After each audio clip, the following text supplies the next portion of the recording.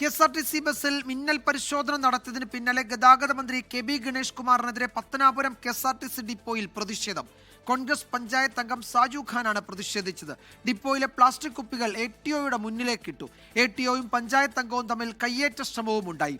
സുജിത് സുരേന്ദ്രൻ വിവരങ്ങൾ നൽകും. കൊട്ടാരക്കരയിൽ നിന്ന് സുജിത്ത്, ഇപ്പോഴെന്താണ് അവിടുത്തെ അവസ്ഥ? ഈ പഞ്ചായത്ത് അംഗവും ATOയും തമ്മിൽ ഏതാണ്ട് ഒരു ഏറ്റുമുട്ടലിന്റെ കയ്യാങ്കളിയുടെ വക്കോളം എത്തിയിരുന്നല്ലോ നേരത്തെ കാര്യങ്ങൾ.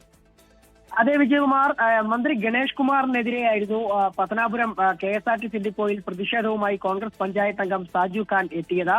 കഴിഞ്ഞ ദിവസം ആയൂരിൽ വെച്ച KSRTC ബസ്സിൽ മന്ത്രി നടത്തിയ മിന്നൽ പരിശോധനയിൽ ബസ്സിന് മുന്നിൽ സൂക്ഷിച്ചിരുന്ന പ്ലാസ്റ്റിക് കുപ്പി കണ്ടെത്തുകയും ഇതിനെ ചൊല്ലി ജീവനക്കാരെ മന്ത്രി ശകാരിക്കുകയും ചെയ്തിരുന്നു. ഇതിന്റെ അടിസ്ഥാനത്തിലാണ് ഇന്ന് സാജു ഖാൻ ഡിപ്പോയിലേക്ക് എത്തി പ്രതിഷേധിച്ചത്.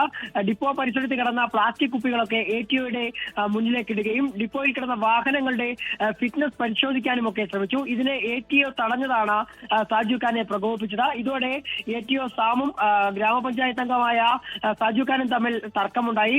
കയ്യേറ്റത്തിന്റെ വക്കോളമെത്തി. ഈ ദൃശ്യങ്ങൾ ചിത്രീകരിക്കാൻ ശ്രമിച്ചവർക്ക് നേരെയും ATOയുടെ ഭീഷണിയും ഉണ്ടായി. അതിനിടയിലാണ് KSRTC ബസ്സിനുള്ളിൽ 2 കിലോയോളം കഞ്ചാവ് കണ്ടെത്തിയത്.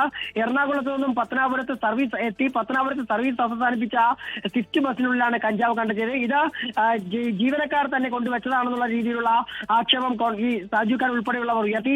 ഇതോടുകൂടി ഇപ്പോൾ വിഷയം DYFI യൂത്ത് കോൺഗ്രസ് പ്രവർത്തകർ തമ്മിലുള്ള വിഷയമായി അതിനെ ചൊല്ലിയുള്ള തർക്കങ്ങളിലേക്കും വാദപ്രതിവാദങ്ങളിലേക്കും എത്തിയിരിക്കുകയാണ്.